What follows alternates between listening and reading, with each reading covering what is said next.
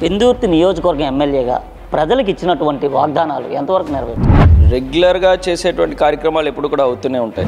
పంచగ్రామాల భూ సమస్యకు సంబంధించి అది కోర్టులో ఉన్నటువంటి విషయం అందరికీ తెలిసిందే. అది జరగదని వాళ్ళకి తెలుసు, కానీ ఎన్నికల ముందు ఏదో తూతు మంత్రంగా జీవోని తీసుకుంటారు. తాడి గ్రామం యొక్క సమస్యను ఇప్పటికీ నెరవేర్చలేదు. తాడిలో ఏ సమస్య ఉన్నా నిర్భయంగా ధైర్యంగా అసెంబ్లీలో నేను మాట్లాడాను. తాడి తరలింపడం మా ప్రధానమైన అజెండా. ఈసారి అయితే ఇంకొకసారి మళ్ళీ ప్రజలతో అడిగించుకునేటువంటి పరిస్థితి లేకుండా ఖచ్చితంగా పూర్తి చేస్తాం. రామ్కీ ఫార్మాకు సంబంధించి కానీ, పర్వార్ ఫార్మాసిటీ, SEZలకు సంబంధించి కానీ స్థానికులకు ఎంతమందికి ఉపాధి కల్పించారు? నువ్వు ఎంప్లాయ్మెంట్ అంటే 10 సంవత్సరాల నుంచి నడుస్తున్నటువంటి కంపెనీలో ఒకసారి 100 ఖాళీలు 200 ఖాళీలు ఉండవు. ఆయన కనుసన్నల్లోనే రామ్కీ ఫార్మా నడుస్తుంది. అసలు రామ్కీ అనేటువంటి సంస్థకు కానీ మాకు కానీ ఏం సంబంధం?